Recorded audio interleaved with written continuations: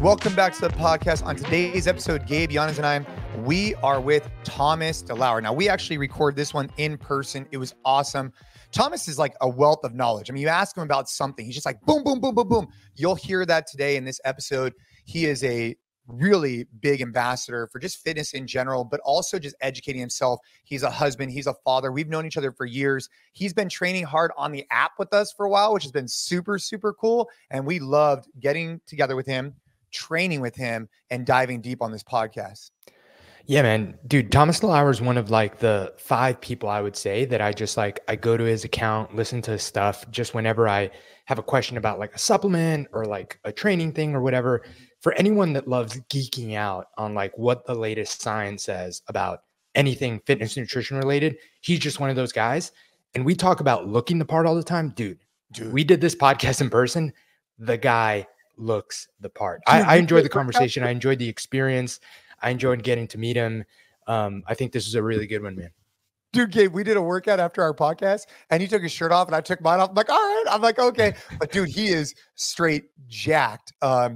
And for the record, Thomas DeLauer is so influential that Gabe Giannis, in preparation for the podcast, was listening to a few different episodes.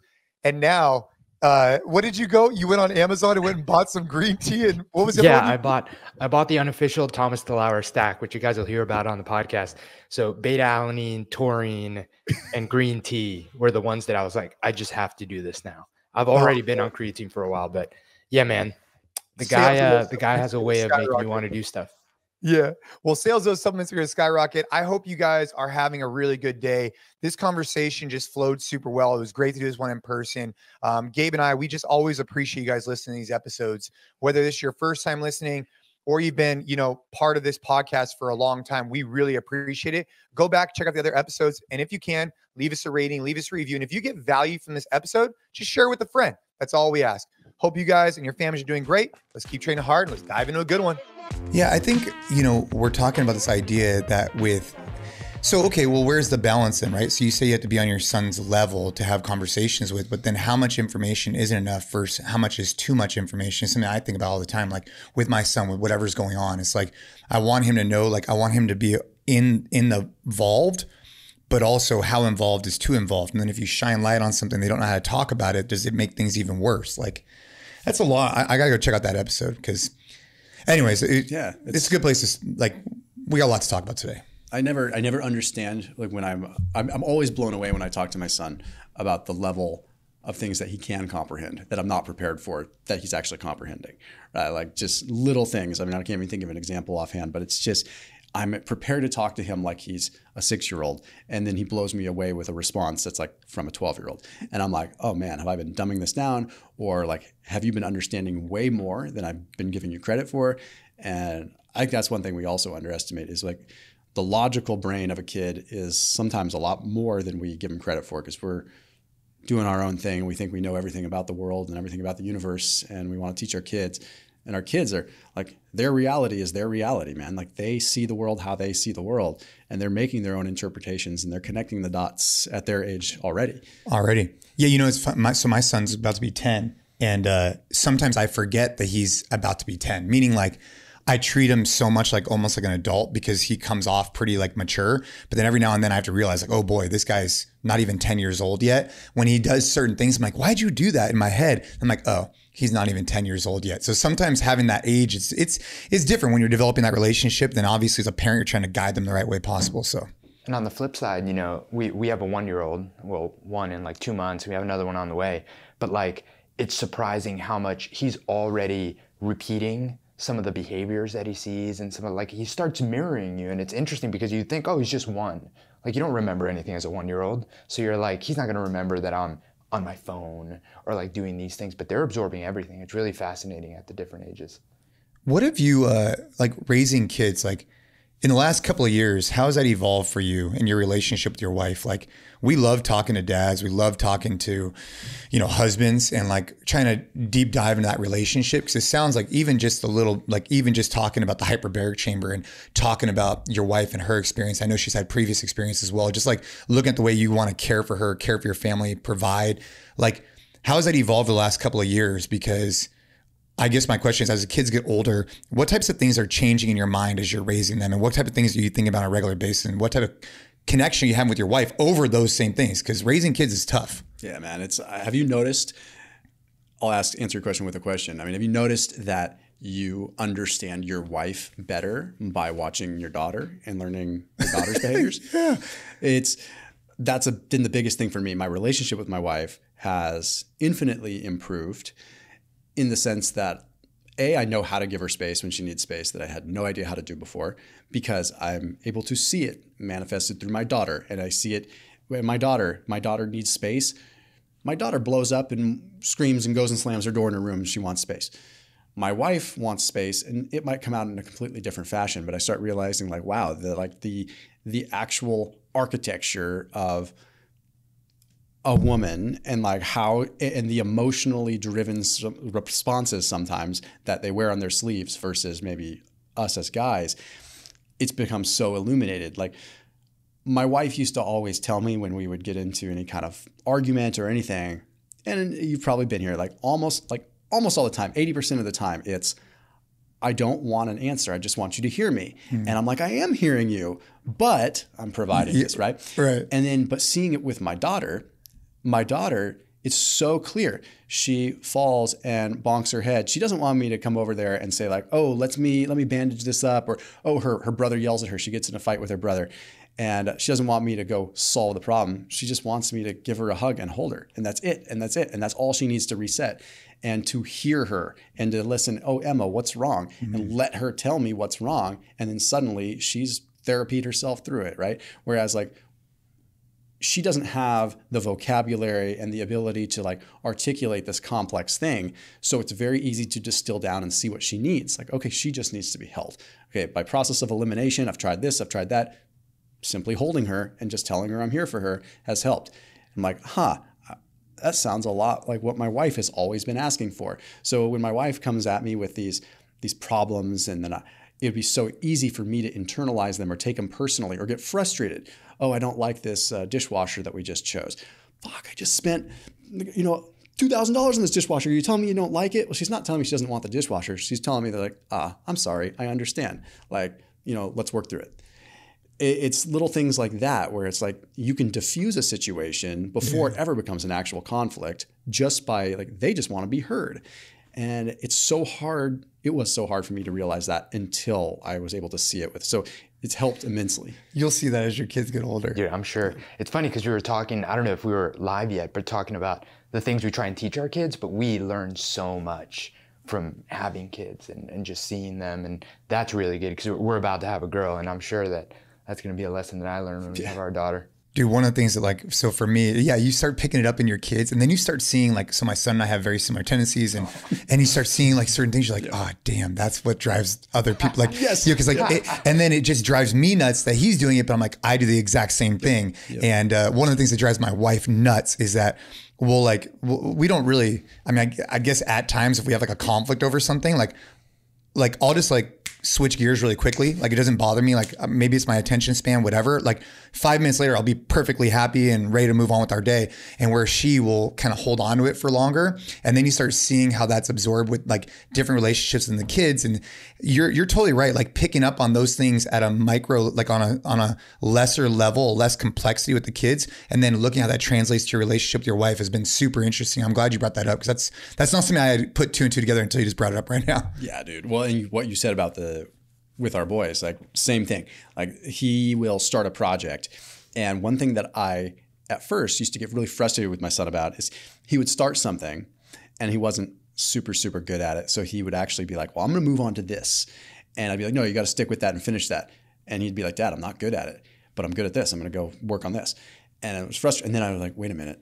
I'm literally, I even tell my team sometimes, I'm feed the stallion, starve the pony, work on what you're good at, thrive on that, and then polish up the details on what you're not as good at later. But you don't need to spend all this time. It's kind of like when you're in school and they say, and you're taking a test and they say, if you don't know the answer, move on to the next and come back to that. Right. Because you don't want to be held up on that. So I'd get frustrated with my son, be like, no, you got to drive all the way through. And then I'm like, wait a minute, this is exactly how I operate. My entire life has been leapfrogging over shit that I'm not good at and being like, fuck that. I don't need to do that. And move on up to the stuff that I'm good at and just thrive on that. Dude, yeah, it's the same thing. Like, Caden will come home from school and be like, dude, I don't like school. I'll be like, damn.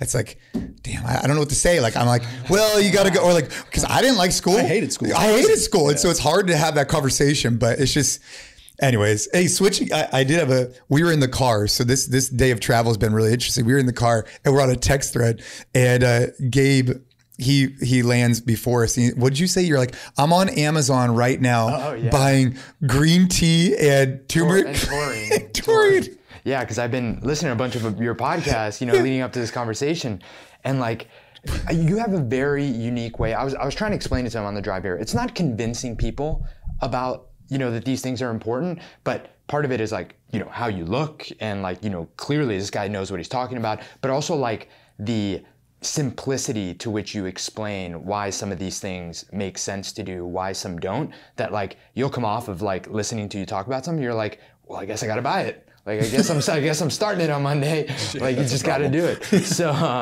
but that was pretty funny. I definitely have taurine and green tea in my Amazon cart. What was the taurine? What's up with taurine? It depends which video you watch, because like really there's a very clear longevity angle and a very clear performance angle. So I don't know which video this you watched. This was the performance angle, because this was the podcast you did with Gabrielle Lyon. Oh, okay, yeah. So the taurine side, as far as basically, it is one of about 4 supplements that has like so much evidence stacked for it, as far as like mitochondrial health, as far as just flat out energy reserve, right? So basically enhancing how your body uses fuel. There's how fuel can get shuttled in. And then from the longevity perspective, there's all kinds of different evidence there too. So it's basically a lot of the evidence on taurine from the performance side is on like muscle sparing effect and like preventing catabolization, breaking down muscle, and then also basically enhancing sort of the backup fuel reserves, right? So like lactate clearance and being able to use lactate more efficiently. It goes on and on. Like taurine is one of the most important components that we really need in our body, but we are typically getting it like when we eat red meat, but you also deplete it a lot when you train. So it's one of those things where it's like, if you're eating enough red meat, you're getting taurine. But as far as an ergogenic aid is concerned, like there's a lot of evidence that anywhere from 1,000 to like 6,000, like that's like a great amount to take, like 1 to 6 grams, like 30 minutes prior to a workout. Pretty solid improvements in overall time to exhaustion. I think you being a rowing guy, I don't know the journal right offhand. Ooh, rowing guy. Like, you're a rowing guy too. I think it was the grueling like 2,000 meter, Oh yeah, row. that's a tough distance. And it was, I don't want to butcher it, but I want to say it was something like it was like an 11 or 12% improvement in time, like by supplementing. I think it was like 4 to 6 grams of taurine. 30 minutes prior to. So it works in that specific range, like that 2,000 meter rowing range. It's similar like to 5 to 10 minutes. Or if even that, like similar to like running an 800 or 1,200 meter run, like where you're just right in that, close to LT2, close to that lactate threshold, like the whole time. And that's like where it really shines. So like taurine, there are some documented benefits from the endurance side of things for sure, like especially when it comes to like cramp prevention and whatnot. But as far as like, especially talking like the CrossFit world and talking where you're just like flirting with like zone 4 all the time, that's where the evidence seems to be pretty strong. You said that taurine was one of 4. Yeah, I would say. I got to ask, what are the other 3? If I come out on them, I'd say, well, caffeine for sure. Oh, all right. Hey. Yeah. And then, creatine. And then I would still, of course, taurine, and I would probably still say beta-alanine is still up there. Okay. Either that or beta-alanine or betaine, which is going to be trimethylglycine, which I've just been like really hot on recently. Like trimethylglycine is just basically a methylated version or a methyl bond or a methyl group attached to a glycine. But that one I'm not as well versed on, but I'm just hot on it because I've just done a lot of content on it. I'm like, this is fucking awesome. Like, and just kind of its effect at sparing what's called NAD. I don't want to go down a rabbit hole, but like from a longevity perspective and like helping reduce the oxidative effect that can come with taking things like NR or nicotinamide monoamide dinucleotide, so that people take for longevity. Like people take NMN and NR, which is like Dr. David Sinclair talks about them all the time. And the downside sort of effect of that is you are essentially creating more NAD, which is nicotinamide adenine dinucleotide, which is like let's just call it like the ultimate sort of cellular energy. Like without it, you'd be dead in 15 seconds. Like you always need NAD. And it's what all kind of the longevity experts really are aiming for, is like this increase in NAD that depletes as you get older. And I'm paraphrasing a lot. But when you produce extra NAD, you're also increasing your risks of oxidative stress because you're burning hot, you're burning more, so you have more oxidative damage. So TMG seems to reduce that. So it seems to sort of corral, for lack of a better term, almost corral the NAD better, so you're not having this oxidative stress that comes as a result, which is just really, really fascinating. And as far as the exercise component goes, it's basically just kind of reducing the oxidative load of exercise. So it's making it a more efficient, cleaner process when you exercise versus just like if I were to light a piece of paper up right now and have smoke go everywhere, it's almost like it's making it a cleaner burn. That's a simple way to put it. Everyone listening has their Amazon cart pulled up. Yeah. I don't know why TMG, like literally I think the title of the video, put in the thumbnail, I was like, why is, the thumbnail said like, why is this not more popular? Because it's not weak evidence. Like it's very, I would put it in a category of at least highly suggestive, if not convincing. So speaking of which, like you've, for years, many, many years, you go out and you research new things, right? And you come up with a concept or idea, even like right now, like these 4 items you're referring to. Like, I'm really curious, like what that process looks like. Cause nowadays it's really hard to decipher. I feel like for every positive thing you could read, you could identify some type of negative thing to read to almost counterbalance that. And it's really difficult in this day and age, especially with how quick information can be shared, to identify like what is credible, what isn't, and what works and what doesn't. Yeah. It just seems like everything is just an area of gray because like you could find a study that negates something else. Like, do you find that same thing across the board? For sure. How do you decipher through the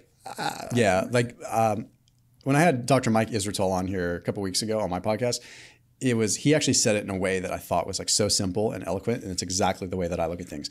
He's like, you can look at research until you're blue in the face, but when you take something and you actually feel a legitimate damn difference, like a legitimate difference, then you're like, okay, I believe this research. Like this is, and you can placebo yourself into that for sure. For sure. But there's a difference between placeboing yourself into something. If I were to give you, I don't know, let's just say I gave you 3,000 milligrams of taurine right now and said, like, do you feel any different? There's a good chance you'll be like, yeah, I do feel it. But if I gave you 500 milligrams of caffeine, there'd be no effing denying that you'd be like, okay, I feel this, right? Right. So there's a huge difference between like something that's subtle and like, yeah, I kind of feel this, between like that bona fide works. Like caffeine, bona fide works. Creatine, bona fide works. There's no denying that shit. For me, like, I am guilty of getting overly excited about things sometimes because like I'll read something and then I'll try it out, placebo myself into something and be like, yes. And I think it's what makes me good at what I do, but also can sometimes be problematic. But I really don't want to put content out there until I try something. So like with TMG, I went out and ordered a big bulk bag of it. And I was like, actually, I do feel this. I feel it enough to create some content around it. So like when we create content and like, either my team is researching it or I come up with ideas and then we kind of further find the research to talk about what I find interesting. I will usually have it sit in a queue for a little while until I experiment with it myself because I just don't like to, I mean, there are exceptions to that, but usually that's kind of the deal breaker for me. Like there's some things that have sit in my filming queue that have been in there for months because I'm just like, I can't fully get behind this until like maybe, because I haven't fully experimented with it. And that's not to say that I won't create content on things I haven't experimented with, but that's how I decide if something is really what I want to get passionate about because I am hopelessly obsessed with like increasing my performance to my detriment. Like I am definitely... It's an area of my life where like I don't want to necessarily train my kids to just be a performance-minded person all the time. But I'm telling you, man, like I get my rocks off on that stuff. I get my rocks off on squeaking that extra 1% because it's what makes me happy. It's not because I want to be better than everybody else. It's because like for me to like, increase my deadlift a little bit more, or to just be able to increase my 400 meter time a little bit more, or go 5 miles longer, a little bit faster. Like I'm genuinely happy when that happens because I feel like I'm winning, right? Well, at what point does that stop? Like I've had to have that. Well, so like just think about like that mentality. I mean, we definitely want to talk about some supplements and different types of like, but like that mentality, what you just said right there, for so many years, I had the exact same mentality. And then at some point I needed to tell myself like, I will not get any fitter. Like I had to tell myself when I retired from competing professionally in CrossFit, like my goals changed from how do I increase XYZ by 1%, get X amount of muscle ups, to now, how do I maintain certain benchmarks so I could be physically capable, et cetera, et cetera, et cetera. So is that not, has that evolution not like, are you still chasing like? No, I'm not like, chasing it. it's a matter of being okay with knowing what makes you happy. And like, it's not saying I'm unhappy if I don't achieve that additional 1%, but like, I love the idea of self-experimenting and being able to achieve something that I'm setting out to do, but also comes down with just changing the direction that you're going. I know, well, I shouldn't say I know, because I mean, absolutely could happen, but I'm not aiming to get stronger on my max lifts. Like, I just know there's more to life than that, and it's not where I want to put all the eggs in that basket, right? But, you know, maybe now I can focus on how I can alter my training in such a way where I have more energy throughout the rest of the day, right? All these benchmarks, all these metrics change.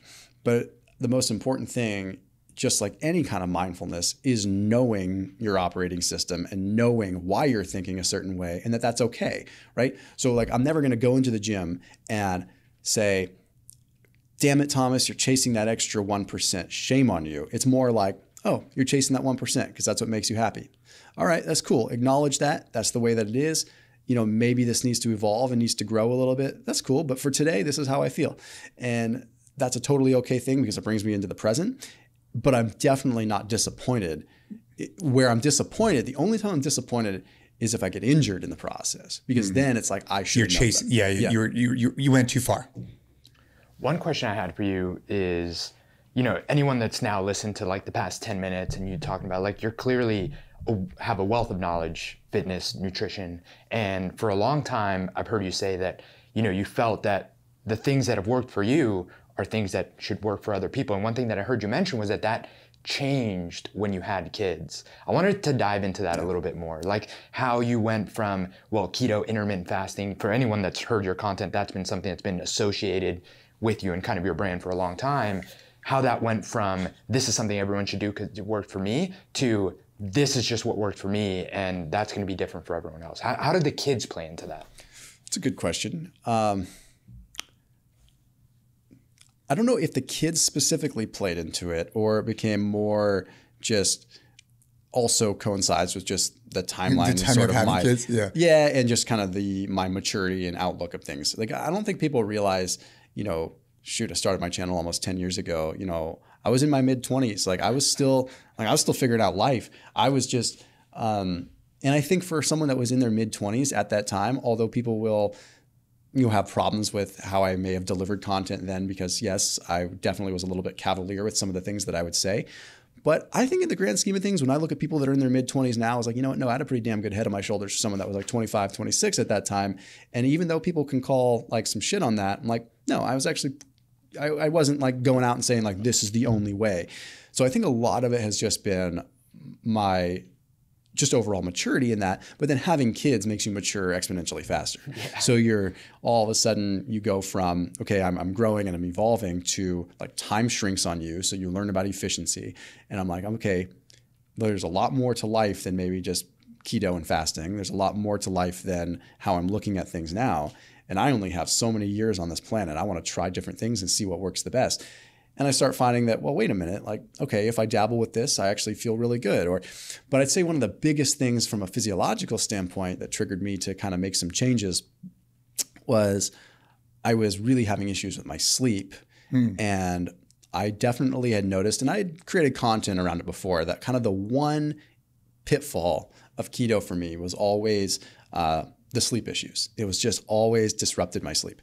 And when you were off keto, not to interrupt, I know you went off keto like twice a year, right? Wouldn't you go off? Yeah, that was kind of my norm. Yeah. Did you notice your sleep improved at that time? Yeah, okay. It would. Right.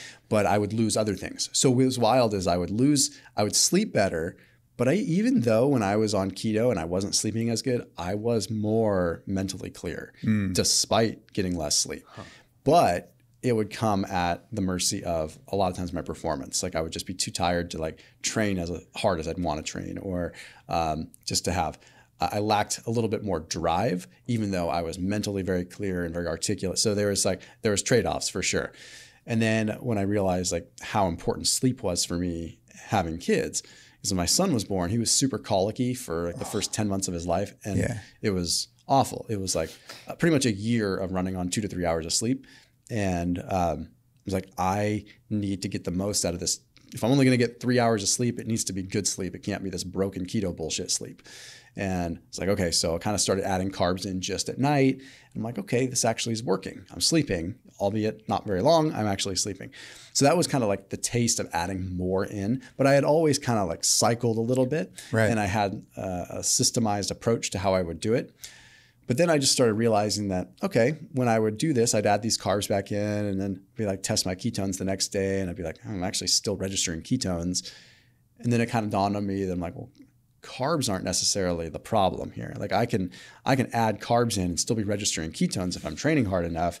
And so it just kind of relaxed my views on that, where I didn't see carbs as problematic and have this fear around carbs and wasn't carb phobic, where I was more accepting and using them as an ergogenic aid, right? So it was like carbs started as a sleep aid for me, and then they started as, okay, maybe like sprinkle them around my workouts, because I didn't want to accept the fact that like there's no real denying, at least in the endurance community, that like carbohydrates will help endurance fuel, right?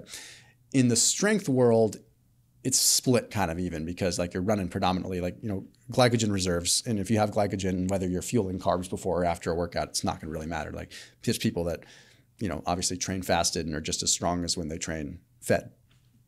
But I started noticing that I could play around with carbs, like peri-workout, and it was fun. Like I'm like, oh, cool, I can get a different impact here. I can get a different result there. And then I realized that this is a way for me to I can reach a much bigger audience if I'm actually like talking about my own self-experimentation and I'm not alienating people. And I think it was also just a lot of people telling me and ultimately convincing me, they're like, Thomas, you're really good at what you do. You're so good at articulating this stuff. You can help a lot of people and you can reach a lot of people, but you're kind of pigeonholing yourself by only talking about this. Like you need to use, for lack of a better term, your gift for like kind of helping other people outside of just this space. And that's kind of where it went to be. And then I just experiment in all kinds of shit.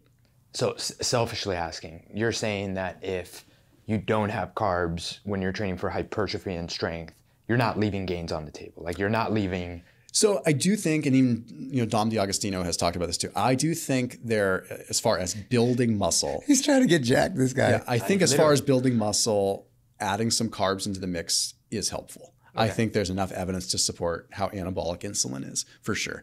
That doesn't mean that you cannot build muscle in a low carb state. You absolutely can. But I would say you're probably squeaking another 10% out if you're adding carbs into the mix, if I had to put a number on it. Because especially peri-workout, because it's not so much about peri-workout being just surrounding your workout. So because the old school theory is like post-workout, you get in some protein, you also consume with the carbohydrate, and it helps bind, and you recover better. I mean, is that old school, or is that well, sort of old school, because the post-workout carbohydrate thing, it's definitely good for glycogen resynthesis, but it does not necessarily help anabolism as far as muscle protein synthesis. So like you could have like post-workout, you could have protein without carbs and still have a significant amount of muscle protein synthesis.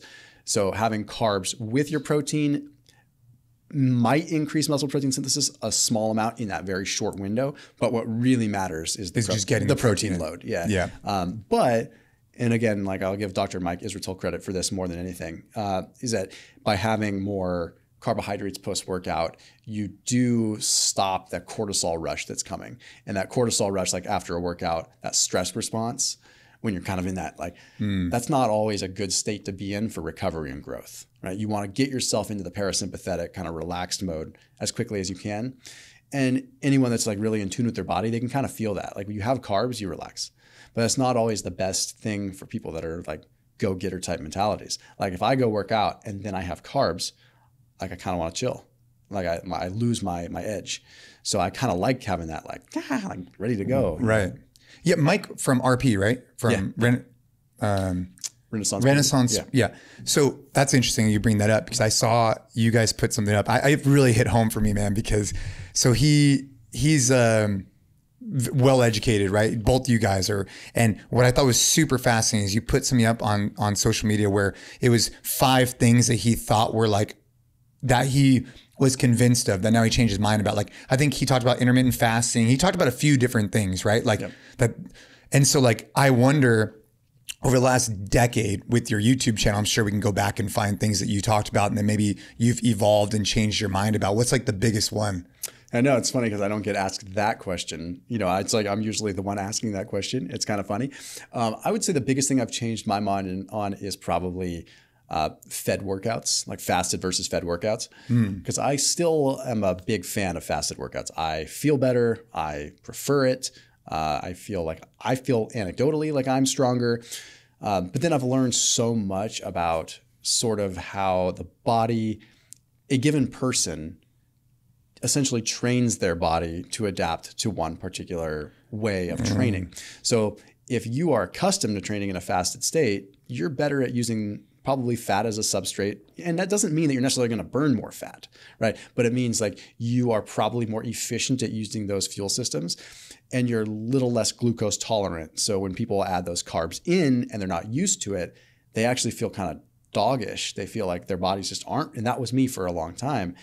I would say 80% of the time train fasted, but I had to get my head out of the clouds and realize like there is a place for me to train in a fed state. And it came by sort of accident in the sense that there were times after having kids that I simply could not train in the morning, right? So I always was a roll out of bed, immediately train kind of guy. And I still am. But there were times when you have young kids, that's just not gonna happen. I'm gonna have to train in the afternoon. What does that mean? That I'm just going to fast for 20 hours just so that I can work out in the afternoon, just because I want to work out fasted in the afternoon?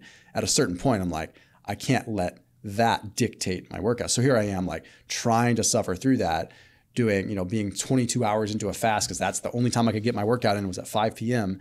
And I'm just, in that case, starving myself because it wasn't a deliberate intended fast. It was just the fact that my workout got bumped and I didn't want to eat before my workout. And that's when I realized I'm like, this is becoming like a mental it's not issue. Sustainable. Yeah.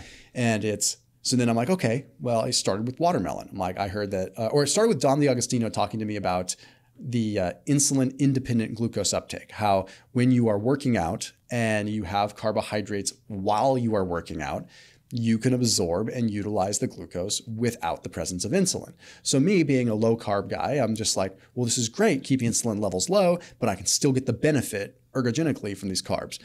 And I was like, wow, holy crap. So I like kind of got this thing where I was like eating cubed watermelon. I posted some videos about it. Like I was eating cubed watermelon in between mid-workout. I was like deadlifts and box jumps watermelon, deadlifts, box jumps watermelon. Yeah. Because I used to see it at the CrossFit Games, but people were just trying to replenish wherever they could. Yeah. It was like not mid-workout. They would be like in between the events. But yeah. It's like, I was just pound it. As a matter of fact, like when we work out today, because it's afternoon, like there's a company, I have no affiliation with them whatsoever.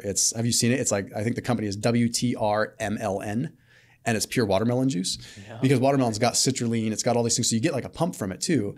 And it's also got a fair amount of potassium and just natural electrolytes. And again, I mean, if WTRLMN wants to sponsor me, I'll take it, but I have no affiliation with, but it's, so it's like they make a bottled watermelon. So it's still to this day, like I'm training in the afternoon. That's like my intro workout, like sugars.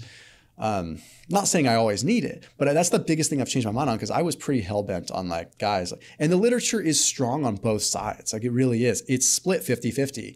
And that's what gets a little frustrating is being like, okay, fed workouts are better, fasted workouts are better. And it's funny because it's split 50-50, but it's almost split 50-50 in like different directions. So it's like there's benefits from fasted that there don't seem to be from fed. And there's benefits from fed that there don't seem to be from fasted. And the evidence is stacked towards fed workouts for like sheer strength, for straight up, like if your goal is to go in there and push as much weight as possible, it seems to be better. If you're fasted, it does slightly seem to lend itself more towards fat oxidation. Does it mean, again, you're going to burn more fat? No, but it potentially means that you're getting yourself more efficient at oxidizing fat as a fuel, which might be better for your endurance work. It might be better for more sustained work. I don't want to get myself into trouble. You get a bunch of food before you hit it? Yeah, right now I do. But I mean, the thing is, I've gone through every self-experimentation like phase similar to Thomas. I used to be like really big on like fasted cardio in the morning, but now, and again, having kids is a big part of this, like, we all try to have breakfast together. And so it doesn't seem right for me to be like, well, I'm trying to fast, so I'm not going to have anything. Like, it's been a very enjoyable part of our mornings. I wake up super early, I get a little bit of work done, then they wake up, I serve Shay breakfast, and we all kind of eat together because he kind of eats off our plates. So it just makes sense now for me to have breakfast, and then usually I do like a mid-morning workout. So I'm glad to hear that I'm doing the right thing. Do you still, before you say what you're saying, keep that thought, but do you still do like, because you were like getting up early, you do like almost a mini workout first. Yeah. Sometimes with your daughter, right? Yeah. And then you'd like do your bigger like magnum opus workout. So it was almost like 1.5 workouts because you still wanted to do something that kind of fasted, like Yeah, that's what I was gonna say is like, dude, for me, I think like when I get up in the morning, as of lately, I've been really focused on the sauna and the cold plunge in the morning, which I know sounds weird, but it's just an easy time for me to get it in because getting in the sauna, it just takes time, right? So if you get in early, but yes, I don't know what it is about fasted workouts. I don't know if it's just like psychology where like I tell myself like, wow, dude, I think I'm on the C2 bike. Like I'm getting lean right now, maybe because I don't feel like I have a bunch of food in me. So I feel like I'm burning more fat, which based on what you're saying, it doesn't really matter, but like I'll do that. And then I'll hit the sauna and the cold plunge as of recently. That's like my current thing. And then later on in the day, I'll hit jiu-jitsu or I'll hit one of our train hard workouts. And that's like more what's really hard for me in the morning. I don't know if you have this, it doesn't sound like you have the same problem. It's really hard for me to lift weights in the morning. Like I feel super weak in the morning. And a lot of it's like psychology, like, or me just being whatever. Like I'll walk up to a bar with 225 deadlift the other day. And I was like, oh, I don't think I can lift that today. Yeah. I don't know. I don't know if that happens to you. I think, well, yes, it does for sure. And a lot of it depends, on a few different things, but I've definitely noticed since starting CrossFit a few years ago, because I'm newish to CrossFit style training and like even the Train Hard app and prior to that, the NCFIT stuff. I would say it all started because I was speaking at the CrossFit Games and I was like, I've got to get myself like familiar with this. Right. And I drank the Kool-Aid. I was like, I actually freaking like this, especially being a new dad. I was like, I can get this done faster. This is awesome. So I drank the Kool-Aid and kind of never looked back. But then, and I don't want to go off on a tangent, so I will come back, but this is probably a problem that a lot of people end up facing that end up going into like either the CrossFit communities or this, is I started to realize thinking that I wasn't getting a good workout unless I was doing like a Metcon where I was jacking my heart rate up and getting there. So it changed the scope and the lens in which I looked at workouts, whereas like I used to be very, very good about here's my running, here's my lifting, my hypertrophy work, here's my agility work. And it was very segmented. And then all of a sudden, like over time, it turned into this thing where it's like, I didn't get my heart rate to 170. I didn't end up doing this. Fuck, I didn't. If I didn't smash myself, it wasn't successful. It wasn't successful. And then, like suddenly what worked for me for so many years, resistance training, started feeling like a lame ass workout. I'm like, even though I'm lifting heavy, I'm like 2-minute rest periods. Like, what is this shit? Right. Like all of a sudden my whole perspective changed. And I kind of didn't like that my perspective has changed. So I'm kind of trying to reverse engineer that in my head where I'm like, okay, now I allocate days for that. And like your app is perfect for that because like, honestly, I really do. Like I really default to EMOMs a lot because it's like mindless for me and I can be like, this is great. I get a combination of the two, but then kind of go, okay, well, this is good. I can do a force day where I feel like I'm just like going balls to the wall and getting it. And then a flex day where I feel like I'm getting the hypertrophy type stuff, right? So it really does, like I can... He just nailed that. Yeah. That's exactly what it's made for. All right, taking a quick break from the podcast to talk to you about the Train Hard app. So if you've been listening to this podcast, you've probably heard us talk about this app. This is exactly how me and Jason train every single day. Jason tends to follow the force and the EMOM track. EMOM when he's a little bit short on time, force when he's really trying to get after it, become a capable human being so you can crush it on the mats as a dad and as a father. And I follow and write Flex, the track that's really meant to maximize strength and hypertrophy gains. And that is the program that is starting a brand new cycle April 1st. So if you haven't already, check out the Train Hard app. We have a bunch of really fun stuff coming in that 6-week cycle, leading us to a longer 12-week phase that we're going from April, May, and June. So a lot of fun. It's honestly the best time to start is now. So if you're already on the app, check out the Flex track. If you're not on the app, get on the app, get on the Flex track. April 1st, we're starting. Let's go. Let's get back to the show. People are like, Thomas, what's your periodization? Kind of what doesn't hurt and what I can do that day. Yeah. He's like speaking my language right now. Right. This guy's on like a full I just follow Flex. I write the program, I test the program, I'm a month ahead, and that's like the only thing I do exclusively. But for me, it's like a pendulum swinging in the other direction. I was a skinny swimmer, triathlete, runner that like never had a single day in the gym. I was a kid in college that like would literally only pick up the weight when coach was looking and then put it down because I just like, I wasn't good at it. So I was self-conscious about like starting it. So I was like, I don't need to do it. And now I just like, I am so in love with the idea of like, how much muscle can I put on now in like my like early to mid 30s, because I know it's only going to get harder. I didn't do it when I should have probably in my early 20s. So I'm like all in on it now. And also like, I feel like I spent enough time in the CrossFit space. And actually the really interesting thing is I still dip my toe in the like balls to the wall Metcon probably once every 2 weeks, but I'm really only doing hypertrophy style training, but it's the open. And I beat this guy in the first week. It's also because he's 4 inches shorter than me, but it's fine. I'm going to milk that for as much as I can. Yep. And I did, you know, well the second week. And it's the interesting thing for me that I should have known, but now I definitely know, is that like you can maintain some of that stuff with minimal effort. Yeah. If you're still just kind of like dipping your toe every now and then. I might not get fitter than what I was, but I still have that to go back into it if I need to, while I'm focusing on this other goal over here. Yeah, and then when your kids turn like 6, 7 and they start like, you're like sprinting down the grass and you're kind of gassed and you're running with them, then you're like, oh shit, okay, better get back. Get back. I mean, that's really like, that's kind of how my evolution's gone. Like when we had kids and I'm like, all right, what am I trying to train for? Like, what am I trying to do? And these workouts should be like enhancing my life, right? And so, although I will admit, like I love like smashing myself. Yeah, so do I. And I'm borderline like addicted to it. No, me too. It's a flat out addiction for sure. For sure. Yeah. And, but these like hypertrophy days or like, you know, different types of flex stuff, it is nice to switch it up, especially when I'm in a different environment. But if I just had like pick what I want to do, it's going to be an aggressive EMOM. That's what it's going to be, because I just find it to be super effective. And it's so funny because a lot of the people we talk to who really like, just have been training for a long time, gravitate towards the EMOMs. Like what do you love about EMOMs every minute on the minute? 'Cause I have my own logic, but like what calls to you about them? I mean, the simplest thing that I like about it is the fact that I feel like I'm getting the best of both worlds. Like I feel like I am, without having to compartmentalize and separate, like move over to a very deliberate cardio move just by the sheer rest period alone.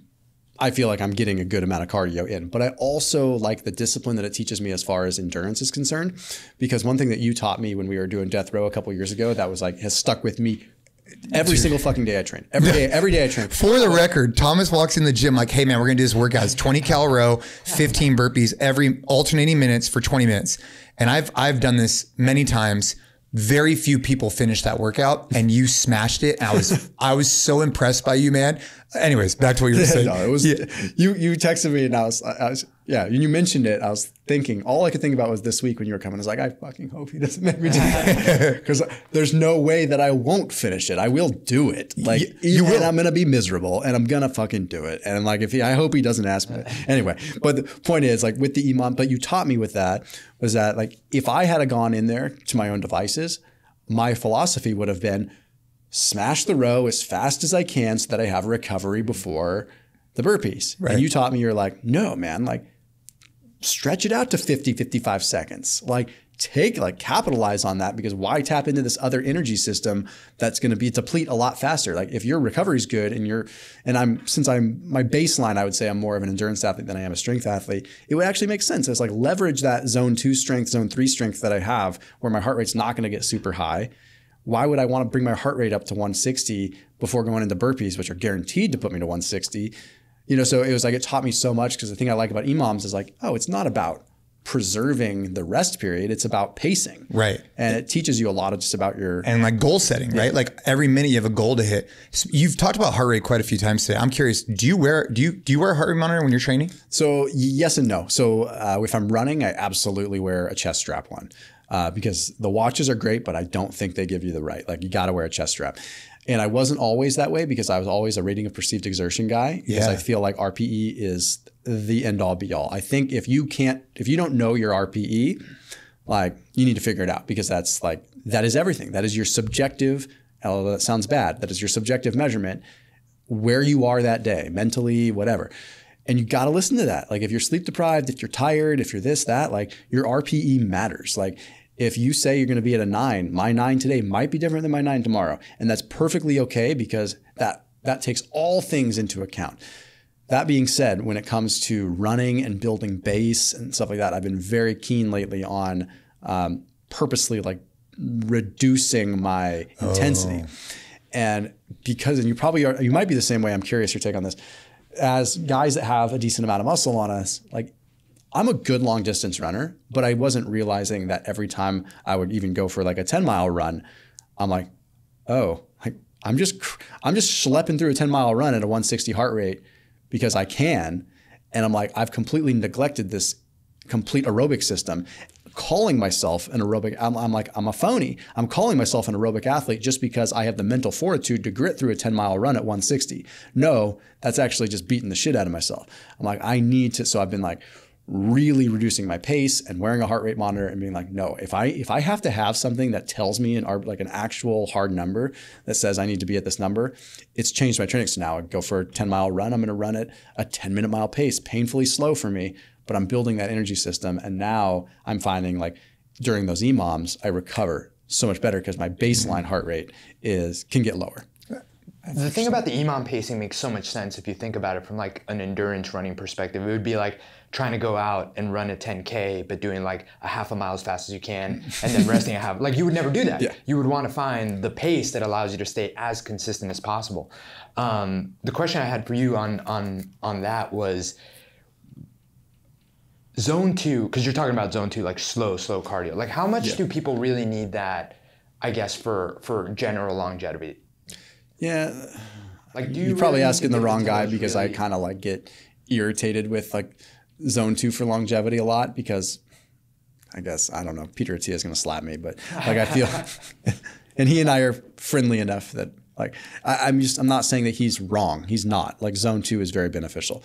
But I think a lot of times zone 2 ends up being a little bit more of a cop out to not do some hard work. I'm much more aligned in the camp with Rhonda Patrick, where she's just like, I think zone 2 is important. Like cardio-metabolically, it's absolutely important. But your zone 2 should just come in almost recreationally. And like, she's all about like, yeah, these quick doses of vigorous work. I think the vigorous work is where like VO2 max is a larger predictive indicator of longevity than anything that could really be associated with VO2. Now, granted, if you have a good baseline VO2 or zone 2 and you're able to like strengthen your zone 2, it will increase your VO2 max because it'll increase many thresholds at which you can increase when you do the actual max effort. So like, because your recovery is better, you can reach a better max effort and reach a higher VO2 max. So don't get me wrong, like in a stepladder fashion, like they work together. So do your zone 2, go for walks, go for rucks, go for jogs, 100%. But I think as far as longevity, like from a dose perspective, I think doing 7 to 15 minutes of vigorous work a few times per week is probably going to get you there better. That's my opinion. I'm raising I like what he said. Well, I know that the two of you are there, but I do think it's interesting. I agree with that perspective that it is, I think people need to err on the side of doing that uncomfortable hard thing probably more, unless they're, psychopaths like the two of you, versus like, oh, well, I need to get my zone 2 in, and you're doing something that's pretty easy anyway. Yeah. The heart rate monitor was a really interesting piece because you're talking about the opposite way. I think many people look at a heart rate monitor and say, hey, get my heart rate up. Yeah, like even like the watch I'm wearing right now, right? It gives me a heart rate.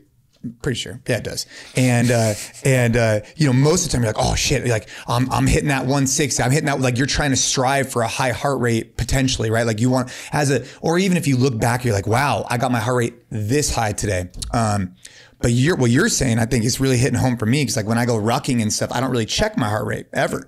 But now I'm curious, like what is my heart rate, and holding myself accountable to be at those lower thresholds. That's going to be hard for me.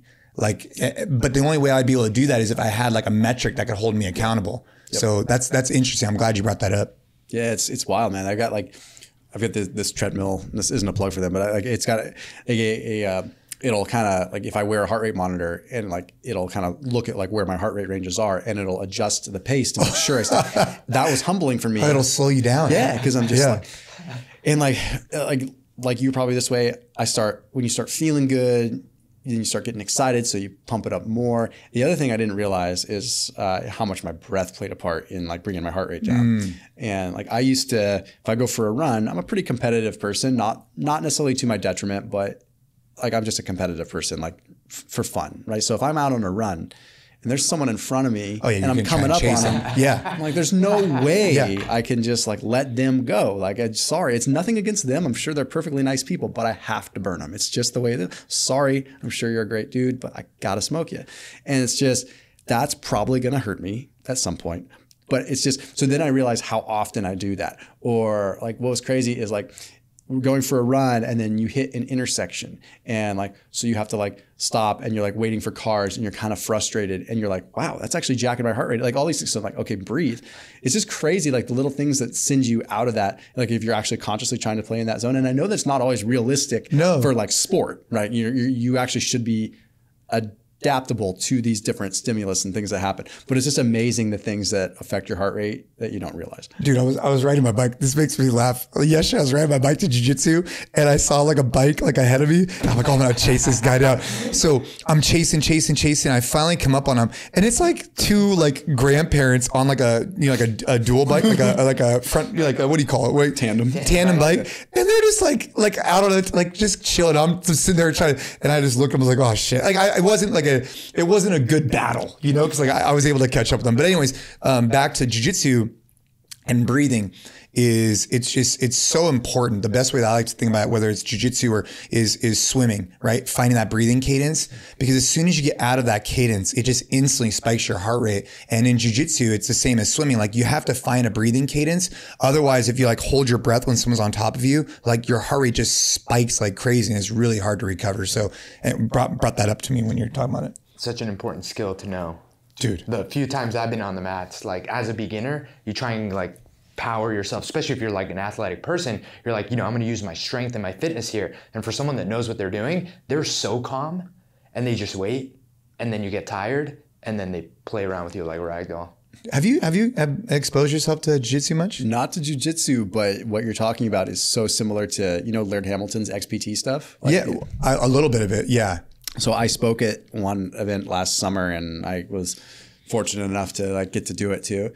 And exactly what you said. That's underwater. They like all the underwater stuff. Yeah. It's all about just like slow is smooth, smooth is fast, and like the complete opposite of what Thomas DeLauer. Like Thomas DeLauer says, let's crank it up to 11 and just get this done as fast as we can. Dude, the two of you, man, it's like two peas in a pod over here. So I'm just like, this is okay. So here's a funny context. So there was two parts of what we did. There was like the more ballistic stuff that was in like the deep end, where it's got like a 17-foot deep pool, where you're going down with dumbbells and you're doing like ballistic stuff to the ballistic stuff from the bottom and up to the top, things like that.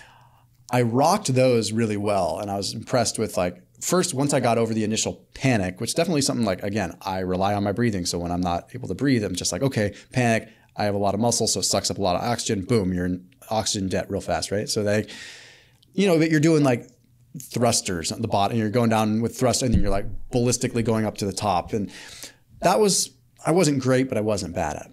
Then we did the distance stuff where we went into the shallow end, and we're like, okay, I want you to do like, envision doing renegade rows, but like walking along the bottom of a pool, like doing like with dumbbells. So like you're in a renegade row, like push up position, but you're walking on your hands with 40-pound dumbbells in each arm. And they say, okay, you're going to, without the dumbbells, you're going to swim 2 full laps underwater. You're going to come up for 1 breath, and then you're going to go as many times as you can underneath the water doing these walks with the dumbbells. And I'm just like, you gotta be fucking kidding me. And I do the underwater portion and I kind of hold it together. But like my philosophy on this is I want to use my muscle to just get through it as fast as I can. You're just trying to pull through the water as hard as you can to get, Yeah. So it's just like, I was like the second to last person because and like they could see that like I pushed through a barrier, like basically to almost passing out. They're like, okay, you're able to push it there. They're like, but the fact that you covered such less ground because you just expended so much energy trying to go fast. It took me like a full day to even learn how to just relax. But even still, I still sucked at it. And it got to a point where like I was going to the lap pool for a while, like with the kids, and my wife would kind of play with the kids, and we go to the pool as a family, like to play. And here I am, I'm just like practicing my underwater just the whole time because I'm pissed off that I can't. Yeah. You eventually get it, but it's the same concept. It's like, you just got to relax. And well, so how do you do that? So this is years ago, Dave Casher, we're with a bunch of CrossFit Games athletes, and there's a pool, and we're all trying to see who can go back and forth the most. And all of us were relatively the same, like down, back, or whatever it was. Like it was fine. Then Dave just comes out of nowhere, and he's just super chill because he's a former SEAL, right? And he just goes back and forth like, I don't even know, like twice as many times as any of us do. But he does it like effortlessly, just nice and smooth, goes super slow. So it really opened my eyes that like speed underwater and using that energy and using the oxygen to, with your muscles wasn't the way to do it. And he just showed it like firsthand. What type of tips did they give you to improve that? Like, was it breathing before you get underneath the water, or what was it? It was less tactical with that. And it was more, one thing that Laird said to me specifically that was really stuck with me. He was like, open your periphery, right? So when you're underwater, like, he's like, if you open your eyes, and instead of like getting this tunnel vision of where you're going, he's like, open like there's peripheral vision and like see the vastness of the water that's around you. He's like, when you open that periphery, he's like, for whatever reason, it just kind of puts you into a little bit more of a parasympathetic state. And that was the biggest difference maker for me, where it's like, if you're swimming underwater and you're just like counting bricks, like it's a recipe for disaster. But when you like open up, and his words for me is, he's like, it allows you to submit to sort of the vastness of what you're in, because you're not going to win. And like, you're basically underwater, and you realize when you open your periphery, like the gravity of the situation, and you realize like, I can't win against this. So why am I trying to fight? Just relax. It's like you finally submitted, but you submit to this point where you're still know that you're enough in control that you can come up to the surface at any time.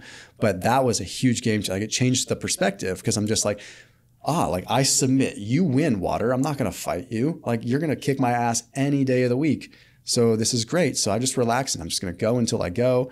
And then also the little bit more tactical side is, and for me, this hit home just because I'm much more of I think this way.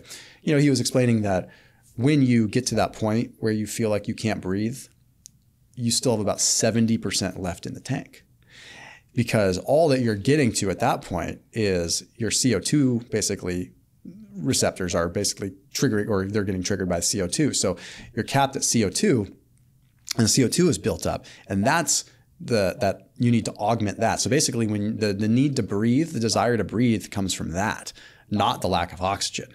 So the CO2 buildup teaches you to breathe long before you're ever out of oxygen, because oxygen is obviously so precious. So your body protects you by saying, hey, breathe 70% or so before you ever actually really need to breathe.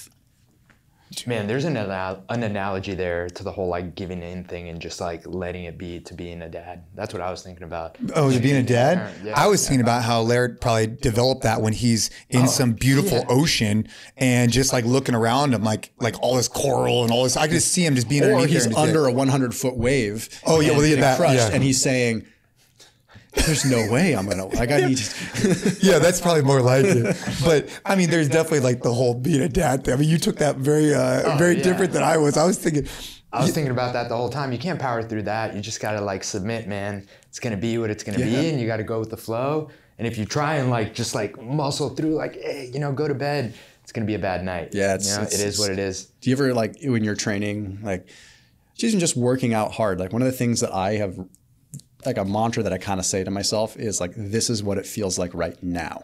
Because like whenever you're, especially with like an AMRAP or something, it's really easy to think like, I have 10 minutes left. I have 10 minutes left. Oh, I've got, or even the 1 minute, or like when you have why is the last minute always the hardest? Because you're like that anticipatory effect.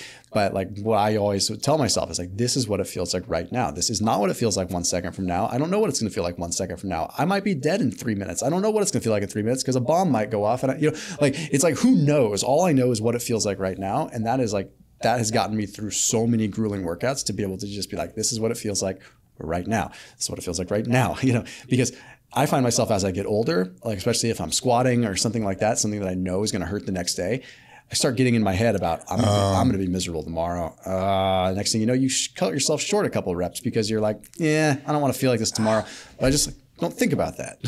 Dude, he's hitting the nail on the head for me. Yesterday I did this row front squat workout and I'm doing these dumbbells and it's 125 reps and I kind of start to slow down a little bit. And I tell myself, I'm like, dude, I know I'm going to be on an airplane tomorrow.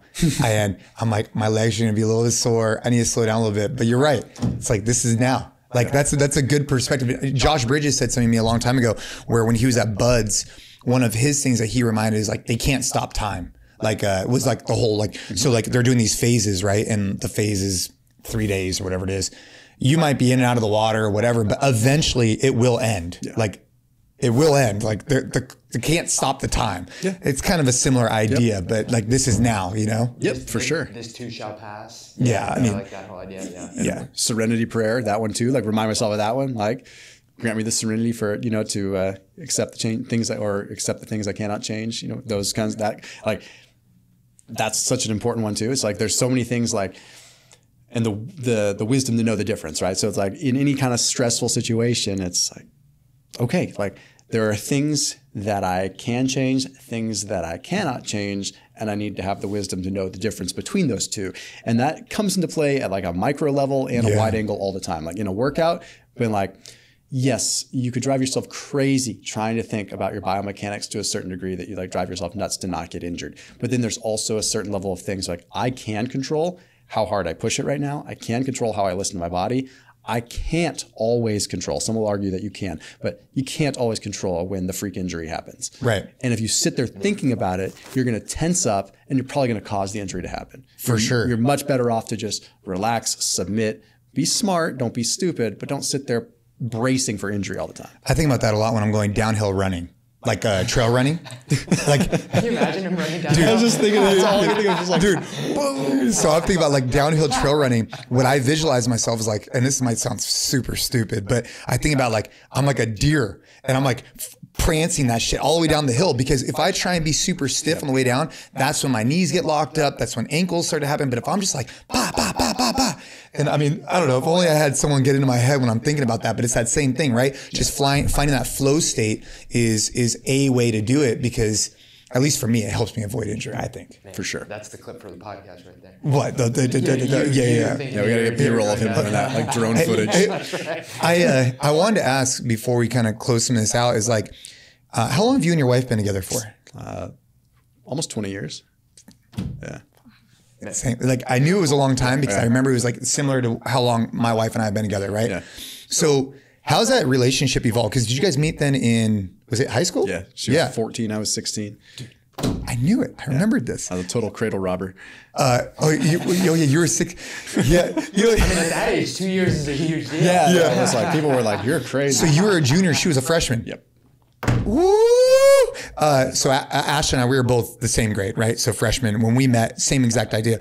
So that's interesting then. So you guys get together early on.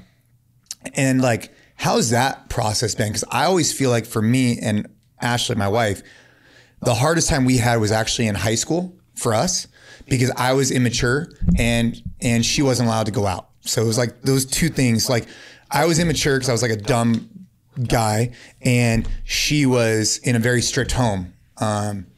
And so those two things made it very difficult for us. Then once we got to college, it got a little bit easier. And then after college, actually, it's been even easier.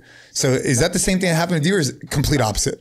High school was definitely difficult for sure because I was like independent study. So I was like homeschool kind of because there was just a series of things that happened with my family. And I was basically kind of responsible for financially for my mom and stuff. So I was like working full time at the same time.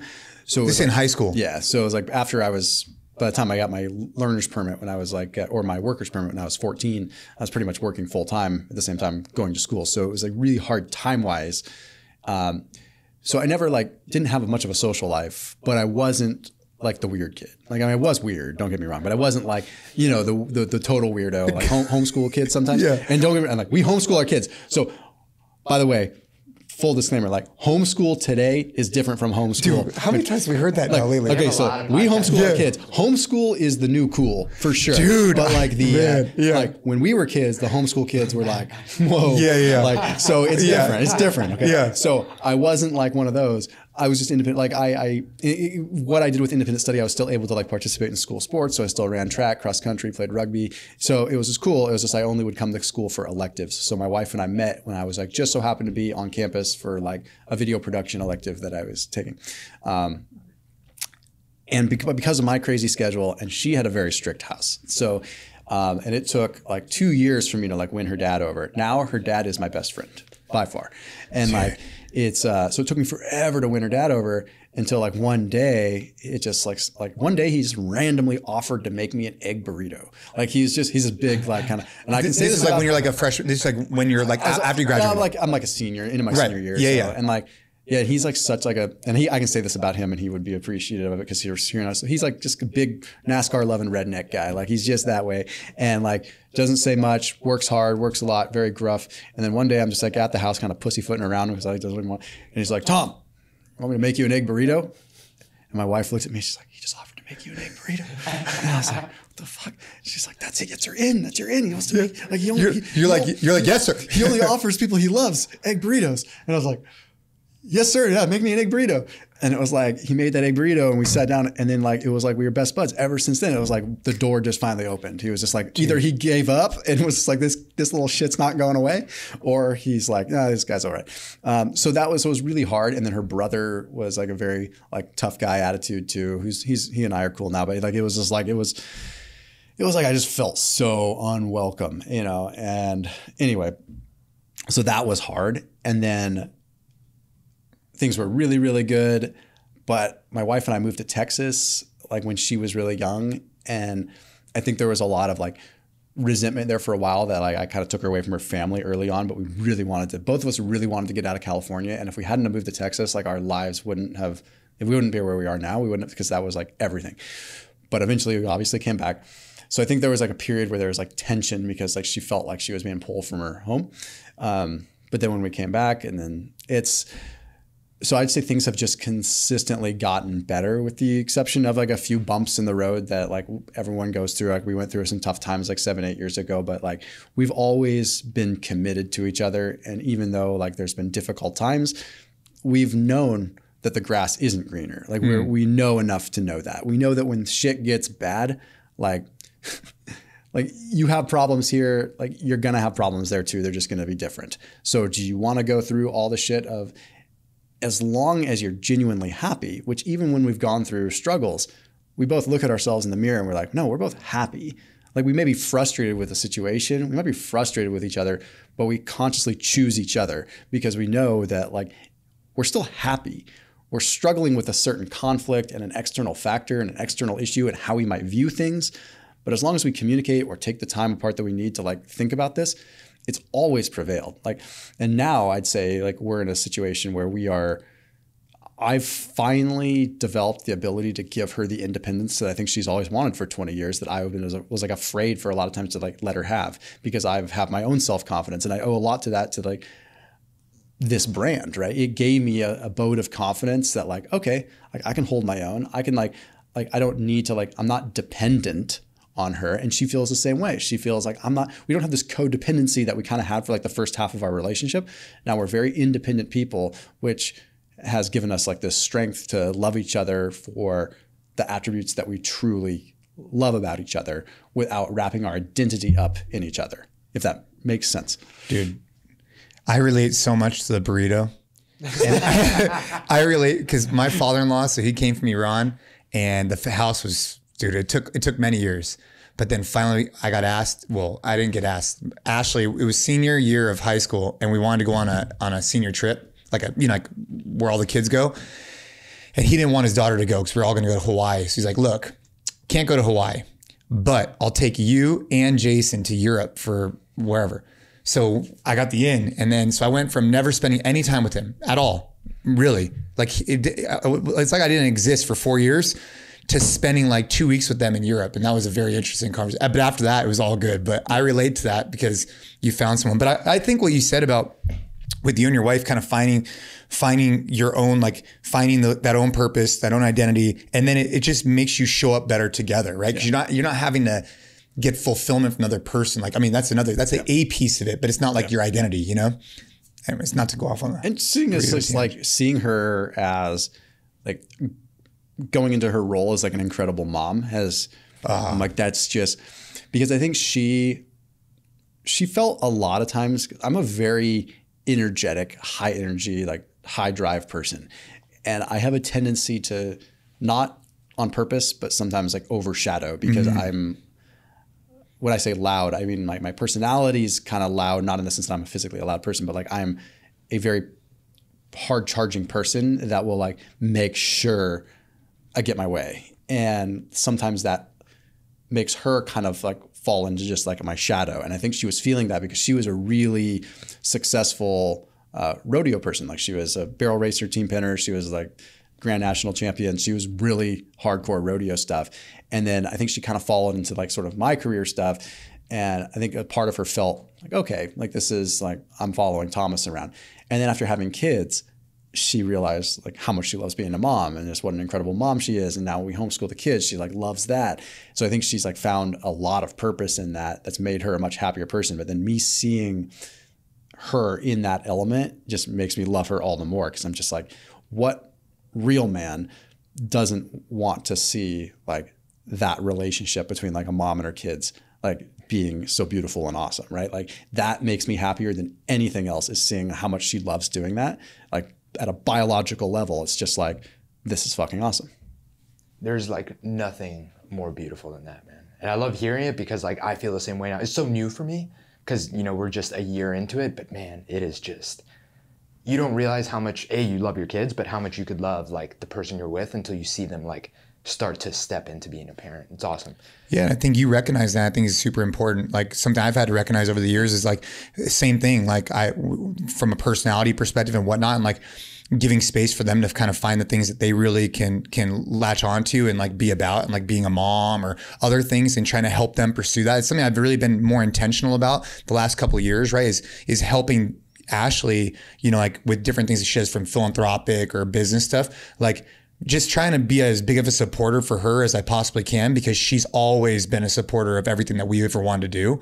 I just want to kind of try and repay that as best as I can, you know? That's for sure. That's what I'm thinking about. Well, Thomas. Well, I had one question just on as we're talking about your wife, because I'd listened to a couple podcasts. So you guys have been together for a while. And one question that we actually get a lot is this question about like, you know, how you approach someone you love when they're not possibly, you know, following like the same things that you're doing to be like healthier and more fit. Like we have a lot of people that listen or subscribe to our newsletter that are super excited about what they're doing and want to be able to like get the person that they love the most to do the same. And one thing that I remember that you mentioned, and we don't try and talk about things that are on a lot of other podcasts. So I know that you had this whole, you know, gained a bunch of weight and then lost it. And one thing that I remember you mentioning is that your wife was with you through all of that and just like loved you unconditionally and never was the one that was like, hey man, like getting a little sloppy here. Like does any part of you wish she had said something earlier?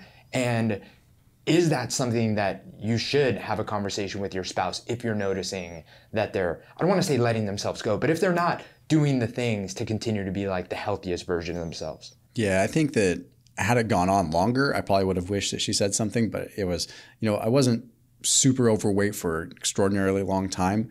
So I think she probably had faith that I was going to get my act together. Like she knew who I was as a person. So I think eventually she would have said something. She has a really good way of like planting a seed that makes me think, never realized she even said anything. She does it all the time. Like they're good. I think they're good at that, right? Yeah. She's really good at like, whereas like our egos get in the way where we almost want to take credit for what we say to them. Like we'll say something, we want to take some credit to be like, I told you so. Whereas like a lot of times like they don't. They have the end goal in mind and they're like, I want this. I want what's best for him. And I want this. So I can plant this seed. And it's cool if he never even realizes I said it until 20 years from now. And she has the confidence and the ability to do that. So it's kind of cool. So for all I know, she could have said something, right? But my advice is always goes back to basic Pavlov's law, right? If you are doing something and you become an asshole when you do it, you bet your ass they're not going to want to be a part of it, right? So like so many guys will become kind of almost just jerks about what they're doing. Like, I'm getting healthy. Why aren't you doing it? Yeah, like overbearing. Yeah, and it's like that is, and I've definitely learned with my wife that is the quickest way to make her run the other direction. And most women are that way. Like they don't like that. They don't like, they will follow and embrace a man that loves and cares for them all the way, and it's not going to feel like they're a quote unquote follower, right? When I say follow, they'll follow their love and follow their heart, right? So like, but that takes just being a good leader, and just if they see, I can say specifically like in a relationship, husband and wife, whatever, that if they see that you are taking steps to be a better person, to be there for them, they're going to appreciate it and they're going to want to be a part of it. If they think that you are doing it for anything less than your own positive well-being or anything less than altruistic, they're going to be repulsed by it. So it's like they need to have this feeling of, okay, Thomas is getting healthy, he's losing weight, but he's doing it so that he can be a better provider. He's doing it so that he can be a better lover, so that he can be more present, so that he can just be a better human, and he's not shoving it in my face. Then the stimulus response that they're going to have to that is, well, I kind of want to be a part of this too. It's a good result. The input that I'm putting into this is actually a positive for her. It's not this terrible experience where they're repulsed by it. So it's super simple. It's like, if you want them to join you in it, it needs to be an enjoyable process. And that doesn't mean that it's fabricated or manipulated to be an enjoyable process. It needs to authentically be an enjoyable process, which means that if you're going to do it, you got to learn to find the things that you love about it. So get healthy doing things that are fun. Like first, instead of like saying, I'm going to commit to going to the gym and doing this and that, maybe it's just being like, we're going to go on family walks, and like, I'm going to go out for a walk. I'm going to go to the park and play with the kids. It's got to be fun. We talk about this all the time. I thought the way you articulated that was probably the best I've heard. I love it, man. Yeah, dude, I appreciate this. This has been awesome.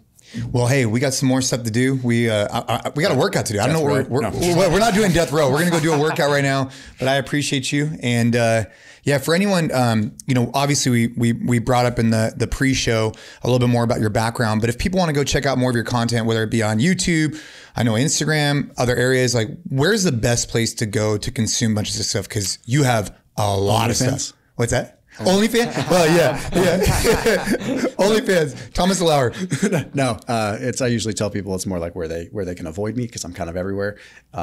Just good, bad, and ugly. But yeah, YouTube, Instagram is the best place. ThomasDeLauer.com is kind of my catch-all for other stuff. But that's it, man. All right, man. Let's go train. Dude, All right, let's do it. You bet.